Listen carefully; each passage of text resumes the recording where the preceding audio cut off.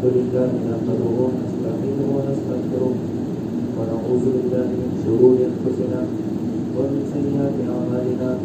من يهده الله فلا مضل له ومن يضلل فلا هادي له وأشهد أن لا إله إلا الله وحده لا شريك له وأشهد أن محمدا عبده ورسوله أما بعد فإن خير الحديث كتاب الله وخير الهدي هدي محمد صلى الله عليه وسلم وشر الأمور محدثاتها وكل محدثة بدعة وكل بدعة ضلالة وكل ضلالة في النار. أعوذ بالله السميع العليم من الشيطان الرجيم. بسم الله الرحمن الرحيم. يا أيها الذين آمنوا اتقوا الله حق تقاته ولا تموتن إلا وأنتم مسلمون. يا أيها الناس اتقوا ربكم الذي خلقكم من نفس واحدة وخلق منها زوجها وبث منهما رجالا كثيرا ونساء واتقوا الله الذي تساءلون به والأرحام إن الله كان عليكم رقيبا. يا أيها الذين آمنوا اتقوا الله وقولوا قولا سديدا يصلح لكم أعمالكم ويغفر لكم ذنوبكم ومن يطع الله ورسوله فقد فاز فوزا عظيما. قال الله تعالى في القرآن الكريم في مقام آخر ولمن خاف مقام ربه جنتان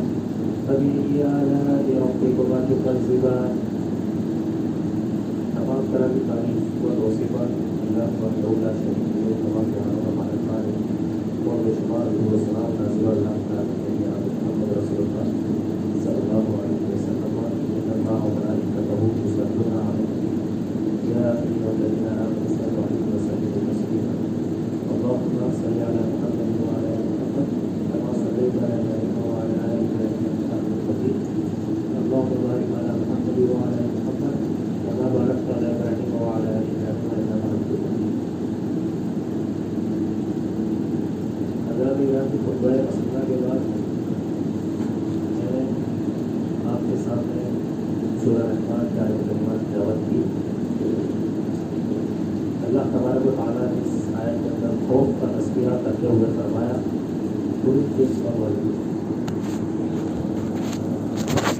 وَلِمَنْ خَافَ مَقَامَ رَبِّهِ جَنَّتَانِ فَبِأَيِّ آلَاءِ رَبِّكُمَا تُكَذِّبَانِ.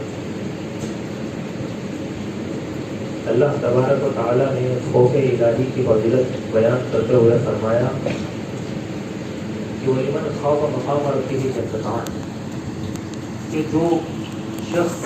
کل قیامت کے روز اپنے رب کے سامنے کھڑا ہونے سے ڈر گیا، اپنے رب کے سامنے حساب و کتاب دینے سے ڈر گیا، جنتان تو اس کے لیے دو جنتیں، مطلب جو شخص بے خوف ہو کر زندگی جیتا ہے اس کے مقابل جو اللہ تبارک و تعالیٰ کے سامنے کل کھڑا ہونے سے ڈر گیا، وہ شخص جو نیک عمل تو کرتا ہے لیکن کھڑا ہونے سے اس قدر نہیں ڈرتا جس قدر ڈرنا چاہیے. جنتان اس کے لیے دو جنتیں ہیں. تو بالآخر یہ جن و انس کی جماعت تم اپنے پروردگار کی کون کون سی نعمتوں کو جھٹلاؤ. اللہ تبارک و تعالیٰ نے یہاں پر خوف کی فضیلت بیان کی، اللہ تبارک و تعالیٰ کے تقوی کی فضیلت بیان کی. مفسرین نے اس آیت کی تفسیر میں کہا وہ دو جنتیں ایسی ہوں گی کہ جن کے سارے برتن سونے کے ہوں گے اور جن کے سارے برتن چاندی کے ہوں گے. سونے کے برتن جو ہوں گے وہ ان کے لیے ہوں گے جو اعلیٰ درجے پر اللہ تبارک و تعالیٰ کا خوف رکھنے والے ہوں گے، جو اعلیٰ درجے پر اللہ تبارک و تعالیٰ سے ڈرنے والے ہوں گے، جو اعلیٰ درجے پر اللہ تبارک و تعالیٰ کا تقوی اختیار کریں گے. اور چاندی کے برتن ان کے لیے ہوں گے جو معتدل راستہ اپنائیں گے، جو اللہ تبارک و تعالیٰ کے خوف اور تقوی میں اس قدر نہیں ہوں گے جس قدر اعلیٰ والے ہوں گے. حضرت یعنی اللہ تعالیٰ کا خوف، اس کا تقوی یہ اس زندگی میں ہونے والی ایک بہت بڑی عبادت ہے کہ اللہ کے خوف سے ہمارا دل معمور رہے اور اللہ کے خوف سے ہماری زندگی گزر بسر رہے. ہماری زندگی کے ہر لمحے میں، ہر وقت میں، ہر سیکنڈ میں، ہر منٹ میں، ہر دن میں اللہ تبارک و تعالیٰ کا خوف قائم رہے. اللہ کا ڈر نہ ہونا وہ اس بات کی دلیل ہے کہ ہم دیکھ سکتے ہیں کہ آج لیلۃ القدر کی رات ہے اور وقت بھی 11:30 قریب ہو چکا ہے، لیکن یہاں پر آپ دیکھ لو کہ وہ لوگ جن کو ابھی تو جو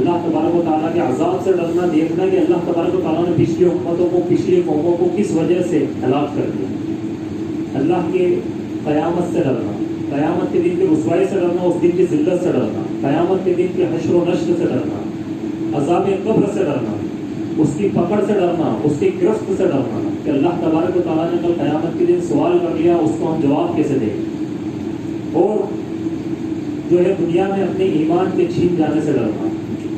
اپنے برے خاتمے سے ڈرنا، اللہ کی شریعت کا مذاق بنا کر ظالموں میں شامل ہونے سے ڈرنا، اعمال کے قبول نہ ہونے سے ڈرنا، نیکیوں کی کمی اور گناہوں کی زیادتی سے ڈرنا، اور اللہ کے ڈر کی مختلف شکلیں اور مختلف صورتیں ہیں کہ اللہ تبارک و تعالیٰ سے ایک انسان جو ہے زندگی کے ہر شعبے میں ڈرے، اس کا تقوی اختیار ہے۔ آج آپ دیکھیے کہ ہمارے اندر کون سا خوف موجود ہے۔ اللہ تبارک و تعالیٰ کے دین کے لیے ہماری نیکیاں اگر ہم دیکھیں تو گناہوں کے نسبت جو ہے نیکیاں کم ہیں اور گناہ بہت زیادہ ہیں، گناہوں کے پہاڑ لگے ہوئے ہیں۔ ہر شخص اگر اپنا جائزہ لے، اگر ہم تصور کریں تو ہم پائیں گے کہ ہمارے گناہ جو ہے وہ اس قدر سیلاب کی طرح ہے، اور اس قدر پہاڑ کے پہاڑ جمے ہوئے ہیں کہ نیکیاں اگر ان کے سامنے کھڑی کر دی جائے تو نیکیوں کا تصور ہمیں نظر نہیں آئے گا کہ ہماری نیکیاں دکھتی ہیں۔ ہم خود سوچیں کہ ہمارے شب و روز کس طریقے سے گزر رہے ہیں، اور پھر گناہ ہے وہ سب ٹھیک ہے، لیکن گناہ ہونے کے باوجود دن بھر میں کوئی توبہ استغفار نہیں، اللہ تبارک و تعالیٰ سے استغفار نہیں، ہم بے خوف ہو کر جی رہے ہیں، مطلب ہم ایسی زندگی جی رہے ہیں کہ نعوذ باللہ اللہ تبارک و تعالیٰ نے وہ فرشتے بھیجا کہ جن کے لیے کوئی عذاب نہیں ہے، کوئی سزا نہیں ہے، کوئی قانون نہیں ہے، جبکہ اتنا سخت قانون ایک انسان کے لیے اللہ نے بنایا ہے کہ اگر ایک انسان اس قانون کو جان لے، اس کا علم حاصل کر لے کہ وہ قانون کون سا قانون ہے، کہ قیامت کے دن کا قانون کیا ہے، اور وہ چیز کون سی ہوگی کہ جس میں ایک ذرہ برابر بھی نا انصافی نہیں ہوگی اور ہر وقت انصاف ملے گا۔ اب ذرا ہم سوچیں کہ ہمارے اعمال کو جو ہے تولا جائے گا، ہمارے اعمال کو جانچا جائے گا، تو ہمارے اعمال میں نیکیوں کے پہاڑ نکلیں گے یا گناہوں کے پہاڑ نکلیں گے؟ تو ہم ذرا اس بات کا تصور کریں اور اس چیز کو سوچ کے ڈریں۔ دیکھیے خود اور تقریریں مرچی اور مسالے والے جو کرتے ہیں کہ ایک دم سے جا کر بڑے بڑے ڈائلاگ دینا، یہ وہ ساری چیزیں وہ ایک الگ بات ہے، لیکن ایک وہ چیز ہوتی ہے کہ سمجھنے والی بات ہوتی ہے کہ قرآن اور حدیث کی روشنی میں ہم اس دن کو سمجھیں، اس چیز کو سمجھیں، اس مسئلے کو سمجھیں کہ آخر ہمارا مسئلہ کیا ہے۔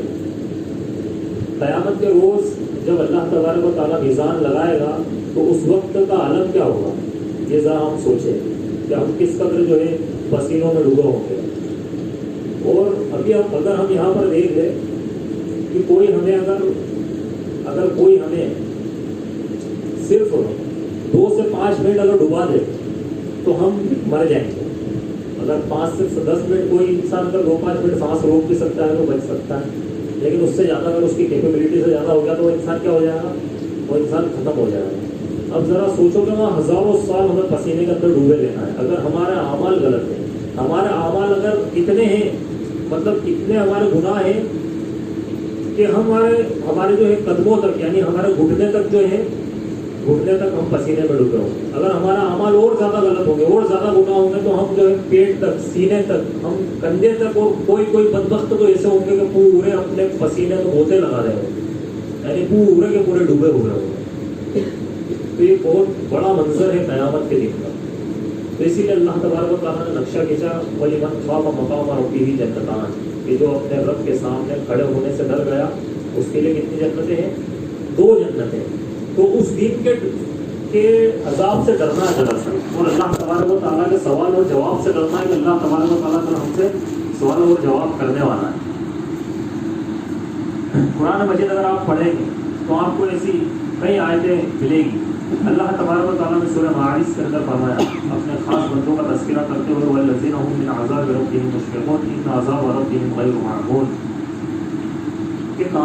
میرے کامیاب ہونے والے بندے تو وہ ہیں جو ہمیشہ عذاب کے تصور سے کانپتے رہتے ہیں، ان کے اوپر کپکپی تاری ہوتی ہے، اور تمہارے رب کا عذاب جو ہے نا، اللہ تبارک و تعالیٰ نے فرمایا إِنَّ عَذَابَ رَبِّهِمْ غَيْرُ مَعْمُونٍ، اور تمہارے رب کا عذاب کوئی ایسی چیز نہیں ہے کہ اس سے غافل ہو جائے گا، یعنی وہ غافل ہونے والی چیز تو ہرگز نہیں ہے، لیکن آج ایک انسان اگر کسی چیز سے سب سے زیادہ غافل ہے تو عذاب سے غافل ہے۔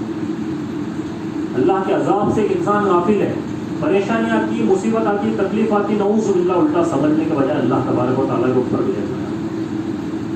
تو یہ ہماری سب سے بڑی کمزوری ہے کہ ایک تو ہم سمجھ نہیں رہے، اور دوسری چیز یہ کہ ہم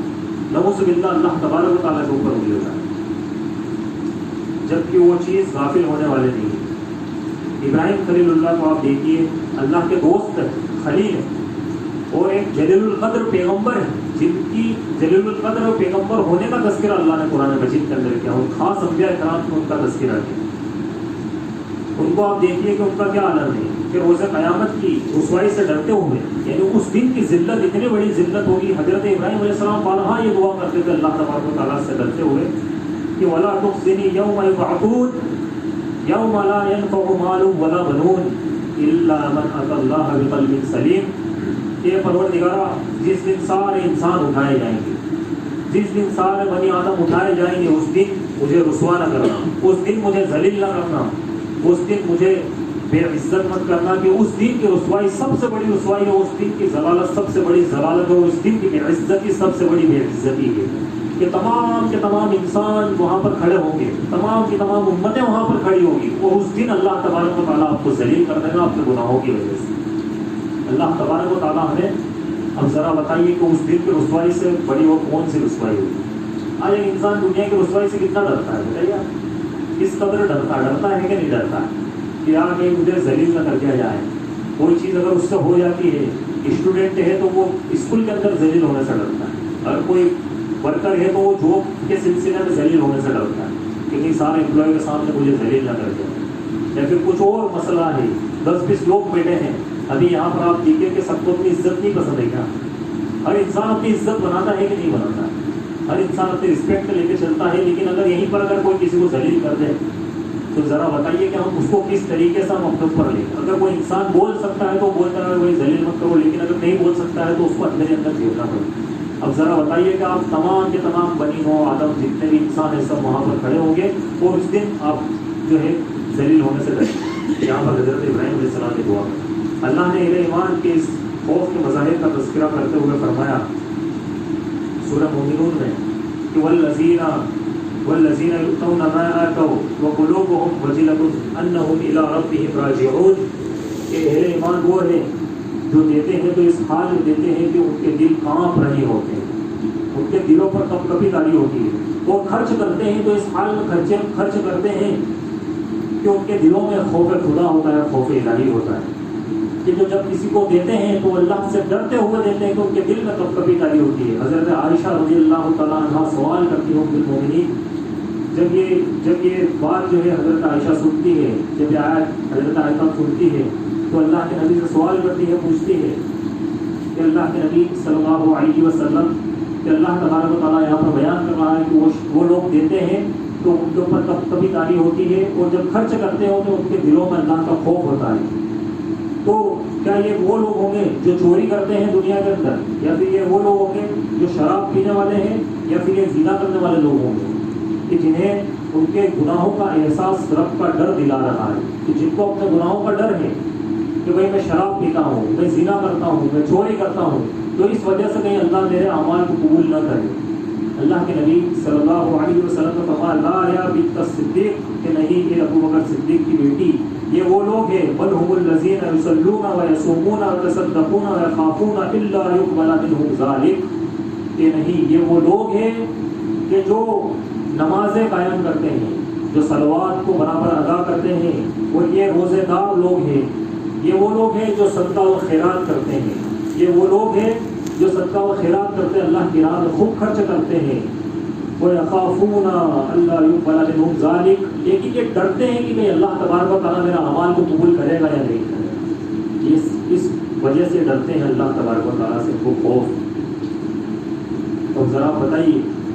کہ یہاں پر اہل ایمان کا تذکرہ اللہ تبارک و تعالیٰ نے اہل ایمان کی جو ٹائٹل ہے اس کے اوپر لگایا ہے، جو لوگ عمل کرنے کے بعد ڈرتے ہیں، کہ ہم عمل نیک کریں اور اس کے بعد اللہ سے ڈریں کہ اللہ تبارک و تعالیٰ ان اعمال کو قبول کرے گا کہ نہیں کرے گا، ان ہماری عبادتوں کو قبول کرے گا کہ نہیں کرے گا، اس چیز سے وہ خوف کھاتے ہیں۔ تو قرآن مجید میں 10 آیتیں ایسی ہیں جو بتاتی ہے کہ اہل ایمان کے دل جو ہے وہ ہمیشہ خوف الہی سے معمول رہتے ہیں، جس کو اللہ کی جتنی زیادہ معرفت ہوگی وہ اتنا ہی اللہ سے ڈرنے والا ہوگا. جس کو اللہ تبارک و تعالیٰ کا جتنا زیادہ علم ہوگا وہ اتنا زیادہ اللہ تبارک و تعالیٰ سے ڈرنے والا ہوگا. اور یہ قاعدہ ہے کہ جس کو اللہ تبارک و تعالیٰ کے بارے میں جتنا نالج ہوگا، جس کو اللہ تبارک و تعالیٰ کے اسماء و صفات کا علم ہوگا، اس کے قدرت کا علم ہوگا، اس کی کبریائی کا علم ہوگا، اس کی وحدانیت کا علم ہوگا، اس کی عظمت کا علم ہوگا، اس کی توحید کا علم ہوگا، اس کے اسماء و صفات کا علم ہوگا، اس کے عذاب و عقاب کا علم ہوگا، وہ اتنا زیادہ اللہ تبارک و تعالیٰ سے ڈرنے والا ہوگا. اب ذرا ہم دیکھیں یہاں پر کہ ہمارے دل اللہ تبارک و تعالیٰ سے کیوں نہیں ڈرتے؟ کیونکہ ہم نے اللہ تبارک و تعالیٰ کا علم ہی حاصل نہیں کیا. ہم نے اللہ تبارک و تعالیٰ ہے کون ہم نے جانا ہی نہیں. اللہ تبارک و تعالیٰ کو واقعی میں کتنے لوگ جانتے بتائیے گا؟ اللہ تبارک و تعالیٰ کی وحدانیت کو جاننا، اللہ تبارک و تعالیٰ کی عظمت کو جاننا، اس کی کبریائی کو جاننا، اس کی سنتیں جو اس نے پچھلی قوموں کے ساتھ کی تھی کس طریقے سے ہلاک کر کے رکھ دیا کہ ابھی وہ آرام سے سو رہے لیکن صبح اٹھتے ہیں دیکھتے ہیں بستیوں کی بستی ہلاک کر دی گئی. کس نے ہلاک کری بتائیے آپ؟ اللہ تبارک و تعالیٰ فرشتوں کو حکم دیتا، فرشتے آ کر عذاب دے کر چلے جائیں. اللہ تبارک و تعالیٰ عذاب بھیجتا ہے اور عذاب کے ذریعے سے بستی جو ہے وہ ہلاک کر دیتا ہے.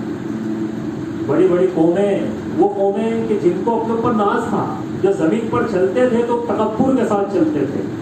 وہ اس قدر چلتے تھے کہ گویا کہ دنیا ان سے چل رہی ہے.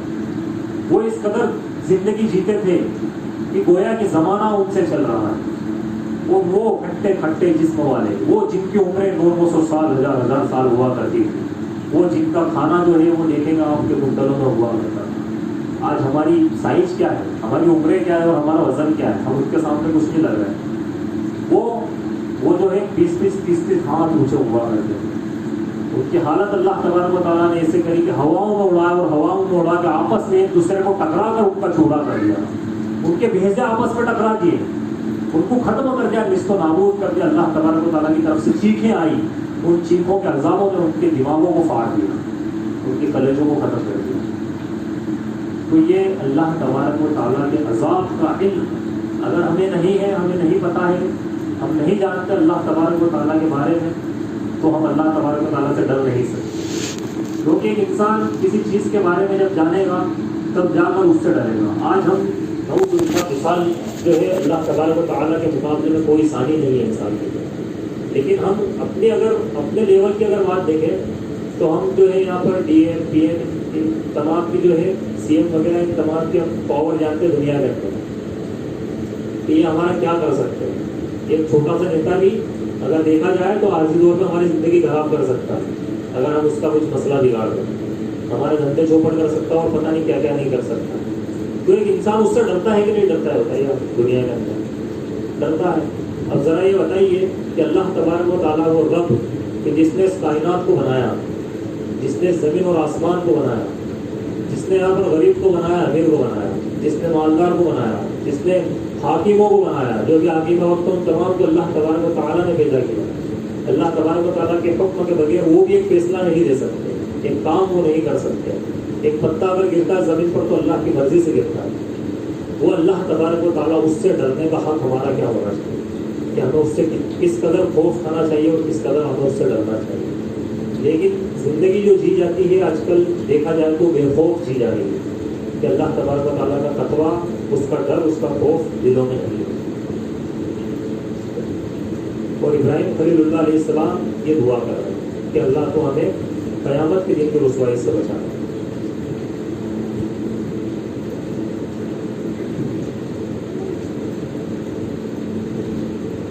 سلف کہا کرتے تھے کہ من کان باللہ عارف کان به اخوف. اور یہ قاعدہ ہے، یہی قانون ہے. اگر دیکھا جائے کہ اللہ تبارک و تعالیٰ کا علم حاصل کرنا ہے ہر انسان کے اوپر. اسی لیے قرآن کہتا ہے انما یخشی اللہ من عبادہ العلماء، کہ حقیقی معنوں میں اللہ سے علم والے ہی ڈرتے ہیں. جن کے پاس علم ہوتا ہے وہ اللہ سے ڈرتے ہیں. اللہ کے نبی صلی اللہ علیہ وسلم آپ دیکھ لیجیے کہ ان کی پوری انسانیت میں اللہ تبارک و تعالیٰ سے سب سے زیادہ ڈرنے والے کون تھے؟ اللہ کے نبی صلی اللہ علیہ وسلم. کیونکہ اللہ کے نبی کو معلوم تھا کہ اللہ کون ہے. اللہ کے نبی صلی اللہ علیہ وسلم کو اللہ تبارک و تعالیٰ نے اپنی جنت کے مظاہر دکھائے تھے، اپنے جہنم کے عذاب کے مناظر دکھائے تھے. اللہ کے نبی صلی اللہ